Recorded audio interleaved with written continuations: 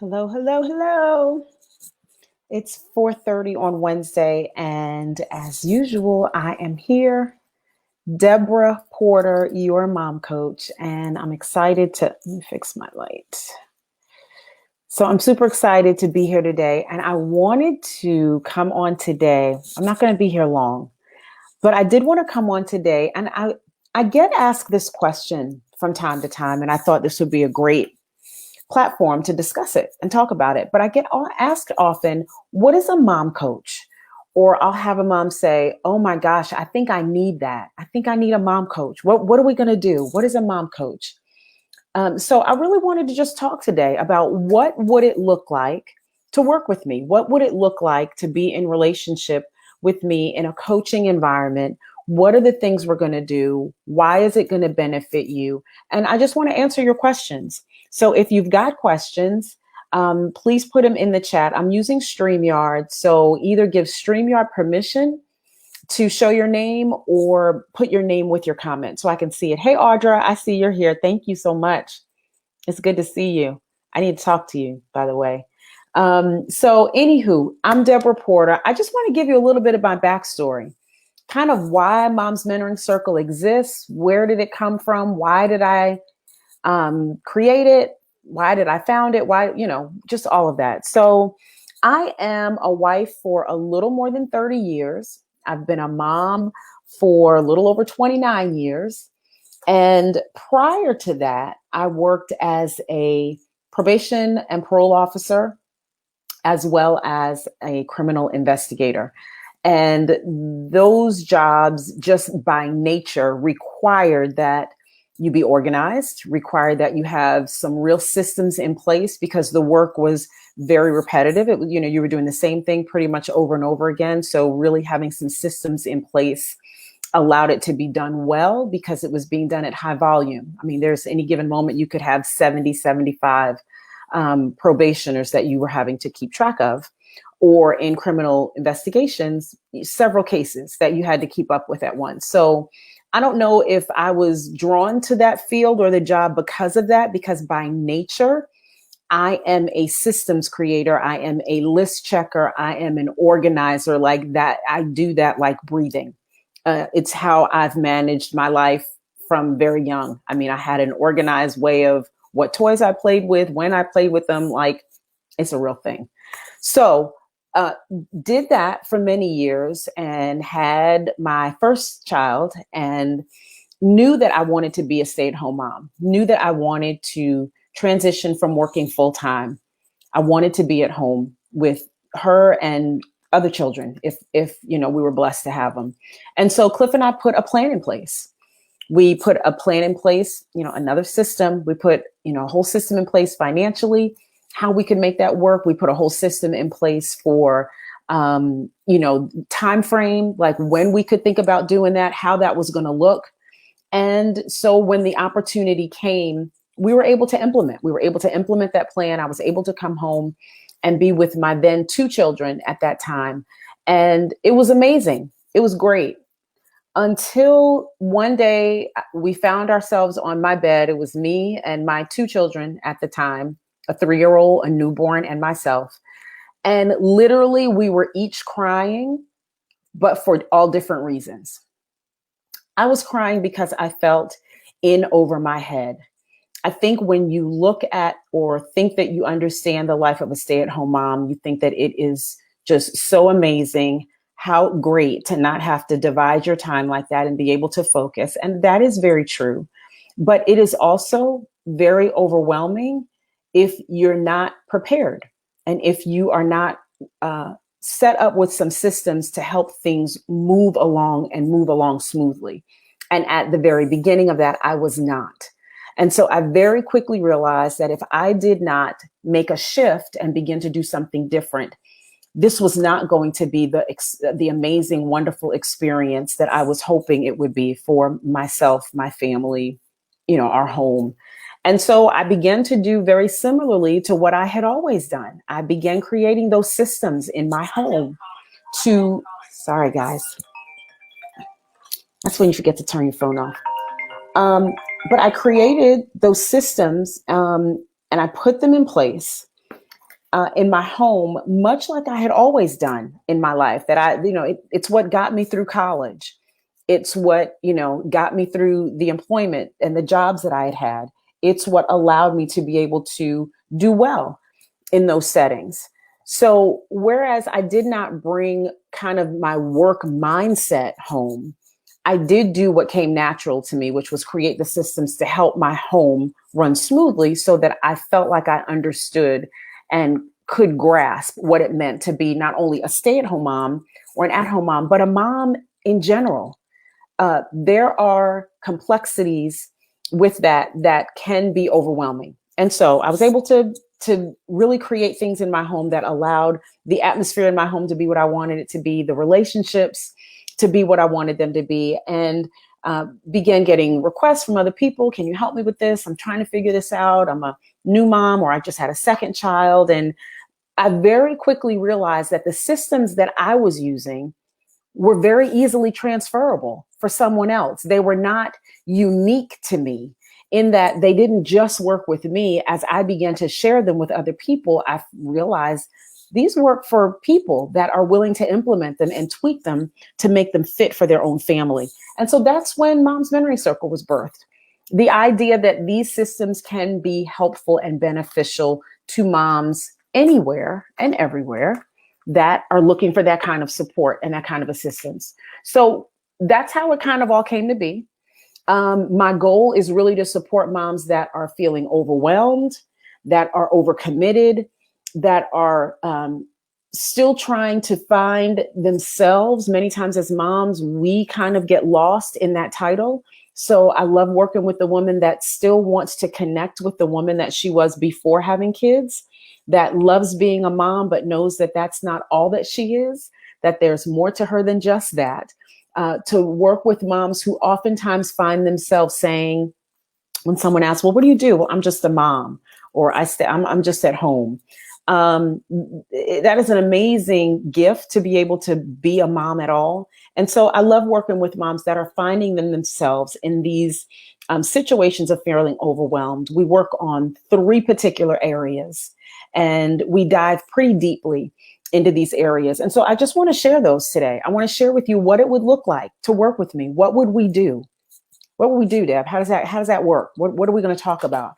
So I want to just kind of start right in and get going with the first one. I call it a 3C approach, is how I define it, because there are 3 C's that we're actually going to conquer and discuss during our time working together.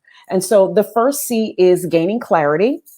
So the first C we'll work on is gaining clarity. And this is really going to involve getting clear on what you're doing initially, right? I just did a live last week on girl, you're doing way too much. Because many times as moms, we already know there's a lot to do. But the question I like to ask is, who says you have to do it all? And who says it all has to be done right now? So our goal in this first C and in this first step would be to get clarity, identify the areas of your home and your life that both need clarity, because those are not the same thing.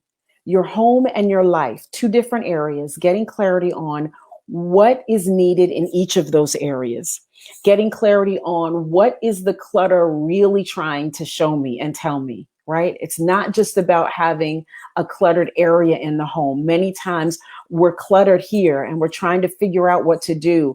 Many times we're frozen with not knowing what to do. So what do? Some of us do nothing, right? We get paralyzed with, I don't know what to do. So I'm just not going to move. I'm not going to do anything. I'm just going to keep doing what I've been doing. And so that first C is clarity. And we're going to identify what areas both at home and in life need clarity. We're also going to talk about the fact that, yes, there's a lot to be done. But what we need to get clarity on is what is most productive for you to do, and what and where are the areas where you can insource and outsource and find other ways to be able to make sure things get done without you having to be the one to touch it all and to do it all, right? Finding ways and creating ways for your family to join in on the mission of your home and that it doesn't all fall on you. This is real stuff and is absolutely possible to accomplish. The other thing we want to get clear on is the atmosphere in your home. What kind of an atmosphere do you want?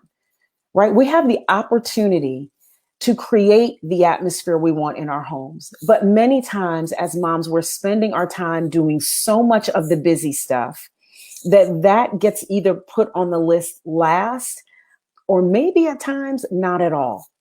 So we'll identify the areas that need order in home and in life. We'll talk about creating the atmosphere that you want. We'll also look at what systems you may already have in place, what you're already doing. And we all have that, whether we've done it consciously or not. We all have systems and ways that we go about doing things. I think of it like kind of you're working this groove into your life, right? We just have a way that we walk, a path that we walk, a way that we do things. And what we want to do really in working together is to determine, is that working for you?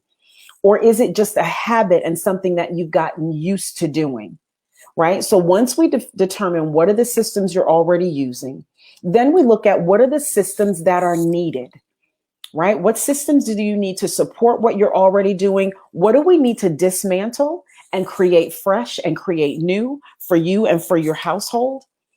But having the appropriate systems in place is really what makes a home run smoothly. Even in your absence, that is possible. Even in your absence, not many business trips and things like that going on right now. But even in the moments that you're not present, things can and should still run smoothly. We want to talk about something that's really important to me, was important to me as that young mother sitting on that bed crying, as important as it is to me now, which is, are you clear about who you are outside of being a mom? Right? Or outside of being a wife, or in addition to being a mom and in addition to being a wife. Many times we use those words when we're first introducing ourselves. I'm a this or I'm a that. But who are you without using those words as descriptors? Have you been able to determine, and can you confidently communicate to yourself, your family, your friends, a definition of and a description of who you are in addition to being mom and addition to being wife? I mean, for me, it would be, something like, I don't know, I'm a committed introvert who presents as an extrovert when needed. I'm a hard worker who finds journaling and quiet spaces is where I get refueled and where I thrive. So, those kinds of core things about yourself. We want to get really clear on that, because being clear on those things is going to allow you to bring that kind of clarity into your home and into your atmosphere. Okay, so the other thing that we'll work on under clarity is what behaviors need to be improved, need to grow, or need to completely change. And really, this is a space where mindset work is necessary. And so we're talking about shifting the way we've been thinking, the way we've been talking, the things we've been confessing, and choosing to do it differently. So that will involve some personal reading, that will include affirmations, that will include confessions. It will include how to interrupt the pattern of negative thinking and critical self-talk, which as moms and women, we tend to do to ourselves a lot. Even though it's something we wouldn't dare do to a friend, we tend to do that to ourselves a lot. And so all of those things are under the first C, which is clarity. The final two things I'll mention that we also cover under clarity are your family culture. We begin to identify based on the current atmosphere in your home. What is your family culture? Is your family culture we focused? Is your family culture me focused? What is your family culture? So we've got some exercises to identify what that is, and then to be able to determine, what do you want your family culture to be? And in doing that, we'll have to kind of dig deep to find out, what are your individual core values? What's important to you and your family? And how do we bring that into your home as a family mantra, as the banner that your family lives under? in their behavior and in their actions. How do we do that? Hey, Davina. Davina says, oh, that was good. Introvert acting as an extrovert when it's a must. Yep, I'm guilty. That's me, girl. That's me. All right, so those are the things that we're looking at under the first C, which is gaining clarity. That's the first C. Now, the second C that we address after gaining clarity is going to be building confidence. And there's several different things under building confidence that we'll work on in this particular setting. We'll set SMART goals. SMART goals being specific, measurable, achievable, realistic, and time framed. SMART goals. It's a common term that's used in many different settings. And I've got to be real careful how I say this. I'm not a huge fan of vision boards. It's not that I don't like vision boards. I'm just not a huge fan of vision boards. And here's why. Most vision board events and parties and activities that I've done have not given me the steps and the systems that I need to get what's on that board off of that board and into my life. And so for me, I'm more interested in setting SMART goals and helping you to set up SMART goals because they are specific, they're measurable, they're achievable, they're realistic, and they're time framed. So there you can measure what you're doing and what you're accomplishing. And so I don't hate vision boards. I just don't really like vision boards. I prefer SMART goals. The other thing we're going to talk about is avoiding comparisons with other moms and talking and working towards collaborative relationships with other moms. How do we do that? How do I invite myself and another mom into a collaborative relationship as opposed to looking at someone's life from the outside in, making judgment calls, not even on her, but even worse on myself. And then comparing myself to what may be someone's amazing and best day to maybe what may be a really low and hard day for me. So we'll dismantle some of what that is. We'll dismantle some of the thinking that goes along with that. And then we'll talk about how to build healthy, collaborative relationships with other moms. Another thing that we'll cover under building confidence is creating those win-win dynamics for each other. A big thing that we'll really focus on is trusting and understanding and growing in your maternal instincts. I believe really strongly about this. I believe and I know that as moms, there is a maternal instinct in each of us.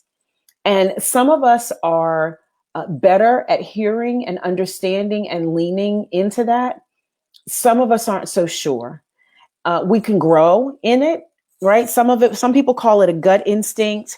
Some people call it a knower, kind of like your inner knower. Some people say it's the voice of the Holy Spirit. Some people say it's discernment. I think potentially on any given day, it's some of all of that. But we're talking about building the confidence to be able to trust in your own maternal instincts. Many people call it women or mothers' intuition. But let me give you a story. Maybe it's better explained with an example. So this is true story, my family. I had this practice where whenever I was changing the sheets, the bed sheets, that child got some extra prayer time, right? I'm praying a little bit more for that child that in that moment as I'm changing the sheets on their bed. That's one reason I did not give up that particular chore quickly, because for me, it was really a moment for me to give some targeted, focused prayer on that particular child while I was doing that. So anyway, so I'm changing the sheets on this one kid's bed. I'm going to try not to give away who the kid was. And this kid had told me they were going to get some extra credit help from someone in a subject matter they were having a little bit of issues with. So, if y'all know me, I'm all about the extra credit, like never pass by extra credit opportunity, ever, ever, ever. So as far as I know, this kid is supposed to be at this other person's house getting this extra credit stuff. So I'm changing sheets. I'm in this kid's room. And as clear as I'm talking to you, I heard, and I didn't hear, like with my ear, I didn't hear it, but I heard it. Can y'all even see? I heard it like here. I heard it here. I didn't hear it here. I heard it here. And what I heard was that child is not at that house getting extra credit. And I'm thinking, okay, Lord, well, where is the kid? And what am I supposed to do about that? And it's, again, as clear as I'm talking to you, I heard here, not here, go get the kid. I don't know where I'm going because I still don't know where the kid is. So I stopped changing the bed, literally in the middle of changing the bed, stop changing the bed, get in my car. And one kid's name kind of dropped in me. Just one kid's name came to mind. And so I thought, well, I guess that's where I'm going. I pull up at this kid's house. This is not the kid where the child was supposed to be getting the help, right? The person giving the child the help was not really a good buddy. But the name that dropped in to me to go look and see was a good buddy. So I pull up at this kid's house, and whose car is there? My kid's car is there. This is not where my kid is supposed to be. Remember, I'm just changing sheets at the house. And I get this knowing your kid is not where your kid is supposed to be. Go get your kid. So I show up at this house and I'm thinking, do I ring the doorbell? Like, what do I do?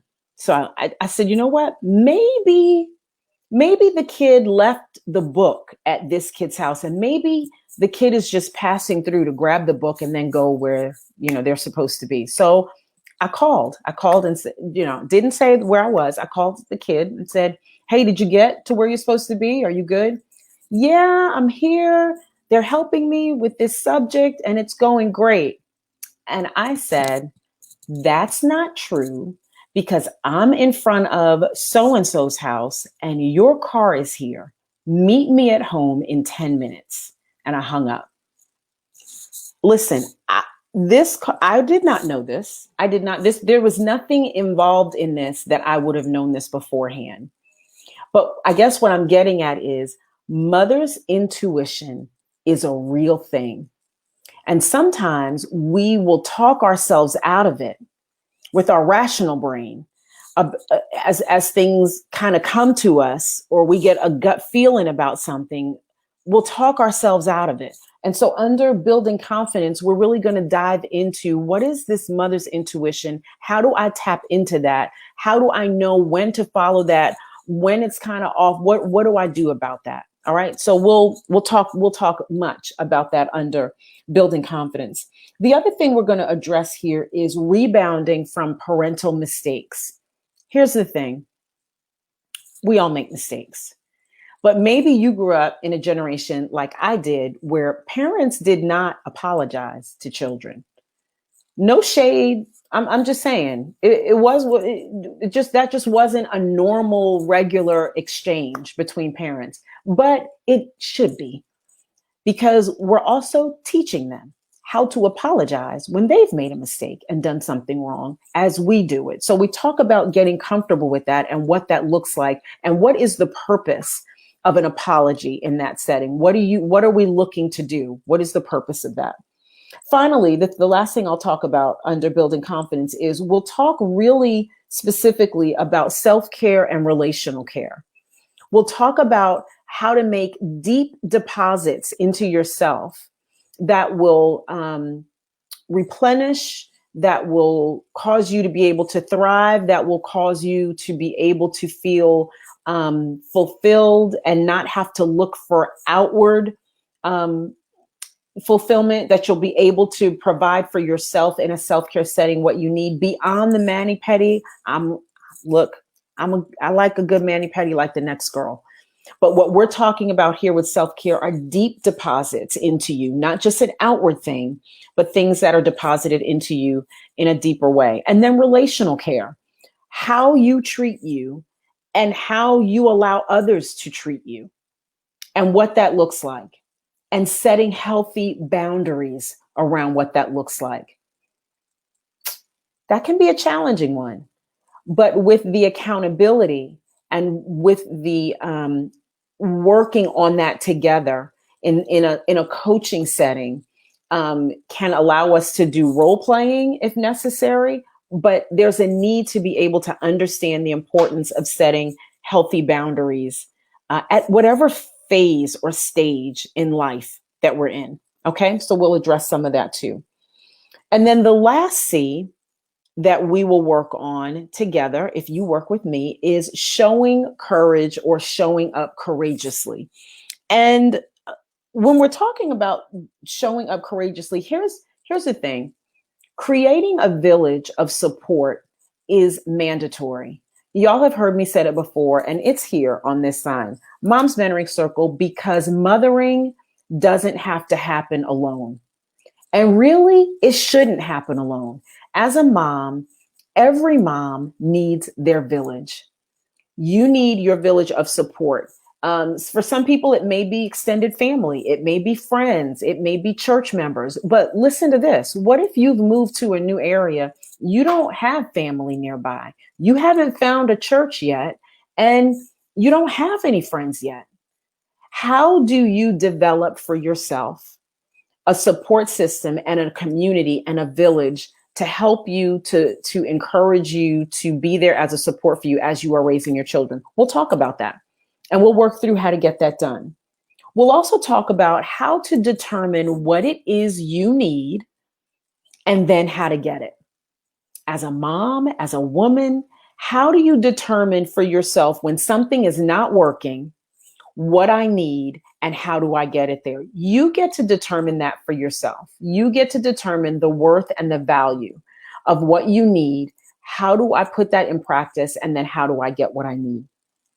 We'll address how to say no without feeling guilty. Many of us still struggle with saying no. And so what happens is we overcommit, which means we then get overwhelmed because we're saying yes to a lot of stuff out here. And we're not saying yes to a lot of the things that we need to be saying for us.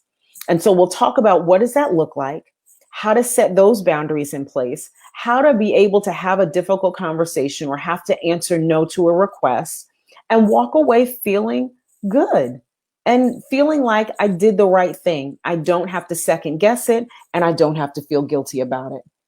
And then finally, we're going to talk about preparing now for the empty nest. Setting those SMART goals for yourself, for your marriage, for your future. Parenting now, even if it's a 5, 6, or 7-year-old, parenting now with knowing the empty nest is in mind and doing that in a way that when your child does leave home, it's not like you've ripped off the Band-Aid. It's been a progression. You've been moving toward this. Listen, we know what the end is. We know what the goal is, right? The goal is our children will be raised up in our home and they will launch out into their future and they will be successful. That doesn't happen by accident. It doesn't happen by accident. There are some systems, some steps, some plans, some practices, some healthy development, some things that go into allowing for a healthy launch for your child into their future, and then a healthy launch for yourself into what is your new future. Empty nesting. Look, I've been an empty nester now for, it's 20 now. So has it been 3 years? 2 years, maybe 2 to 3 years. We've been complete empty nesters. All 3 of our children are adults living on their own, paying their own bills, taking care of themselves, blessing us occasionally with things. So that didn't happen by chance. And look, that's not to say, listen, that's not to say that our kids are perfect. They are perfect for our family. They fit perfectly into my space and into my heart, and I adore them. But so that's not about that. It's not about anything being perfect. Y'all know that I already say perfect. You aiming for perfect, it's going to rob you of your peace. But the goal is, how do I parent now with the empty nest in mind? How do I parent now with the idea of them launching successfully and healthy into their next phase? What are the things that I need to keep in mind now as I'm doing that? And so we unpack what all that looks like and ways to implement that in your own home. So this is kind of a overview of what it would look like in coaching. I was gonna say parenting with me, in coaching with me as your mom coach. There are one-on-one options as well, one-on-one coaching, which would allow me to literally step into your home with a virtual meeting, if you're looking at creating spaces for yourself differently, if you're looking to, I just don't know what to do with the clutter that's here. I don't know how to purge this. I don't know the first step to take. So one-on-one coaching would give me some time to work with you directly on that. Here's what I want to say as I'm coming to a close. Here's what I want to say. I'm going to just name some of the systems and the things that we'll use in working with the 3 C's. There's home management system. There's a self-care and relational system and practices. There is a Confident Moms course. You know, I recently did the ebook on 7 Habits of Confident Moms. So we've got a course around that. There is definite language and mindset work. And there's coursework on avoiding the trap of perfectionism or the trap of being super mom. Let me tell you something. Aiming to be super mom will cause you to be very tired. There is a way to be a great mom without feeling like you have to be perfect or super mom. And we unpack all of that. So I want you in this moment really to just think about being true to yourself, right? Being true to you, being able to show up as the real, authentic you. How amazing would it be for our families to see us not just as mom or wife, but as my authentic self with all of my own goals and dreams and desires and watching me achieve those. So it's about an investment. It would be an investment of your time. It's an investment of money. It's an investment of trust. It's an investment of emotional currency as well. But we'll step into that together. So coaching is not therapy. So I want to be clear about that. I'm not a therapist. Therapy really deals more with your past and mental health issues.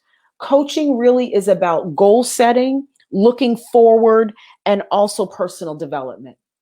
And so I'm going to leave a link on here. It is going to take you directly to a form for me. If this sounds like you and you're like, I need some of that, this is a link that you can go to fill out a form. And then you can literally get on my calendar, pick a day and time that works for us to talk. But here's the thing here. The moms that I desire and love to work with are feeling overwhelmed. They know that there's a better way to get this done. They're just not sure what that way is. And sometimes in the overwhelming feelings and the overcommitment, it's just hard to even see what that path looks like. The mom that I work with has a whole lot to offer, but of late she's shrinking. She's shrinking behind the title of mom, and she's almost using it as a shield to not let people close. And so she'll say things like, well, when the kids leave, then I'm going to XYZ. When the kids graduate, that's when I'm gonna fill in the blank. She's got a lot to offer, but she's hiding it for right now. She also presents as super mom, but there are times that she feels unsure about the steps that she's taken and what she's doing. She's looking to really invest in herself and learn how to follow her own maternal instincts. She's not comfortable in that space yet. These are just characteristics of the mom that I want to work with, and the moms that I do work with, and the moms that I love to work with. She's ready for change. She's determined to make whatever shift is necessary. She's eager to show up as her real and authentic self. She needs the accountability. And so if you're ready to step into this, if you're ready to make the changes that were just mentioned, if these things that were mentioned are the things that you know you have been saying to yourself already in your own brain, and you know that this is something you need, this is the link. Let's chat, mom. bit.ly, let's chat, mom. So I'll also put it in the comments. You can click there. You'll answer a few questions. You'll go straight to my calendar, pick a day and time that works for both of us. Listen, change won't happen just because you want it to, or you think that it should.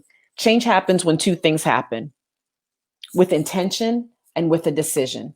So you've got to make a decision that what was working, this isn't going to work anymore. Can't do that anymore. Can't do it. Listen, If you were that mom sitting on the bed crying with your kids, I've been there. I remember nights where I would put everybody to bed and I would silently cry at night while everybody else was asleep because it was too much. It felt like too much. And it wasn't that it was too much. It was that I didn't have anything in place. I was not sharing this. I was not allowing my family to even step in a way that was meaningful to gain and to get ownership of our family. I thought it was all mine to do. So 2 things it takes to make change: intention and a decision. So here's the link. I'll also put it in the comments. You guys know that I would love to talk with you about how this can support you. And after the end of that conversation, we'll see where it goes. We'll see if I can support you, and if you feel like you can be supported by Mom's Mentoring Circle. I would love that opportunity. I'll take good care of you. I would love your trust in that way. But at a minimum, we can chat about it. We can see the 30-minute call that you will get as a result of filling out that form is completely free. And we'll see what goes from there. Okay, listen, guys, I just wanted to pop in and let you kind of peek behind the curtain. If you've been wondering, what does this mean, Mom Coach thing? This is what it would mean to work with me. And I would love to talk to you more if you're interested. So have a great evening. Enjoy your dinner tonight. And I will see you guys later. Have a great day.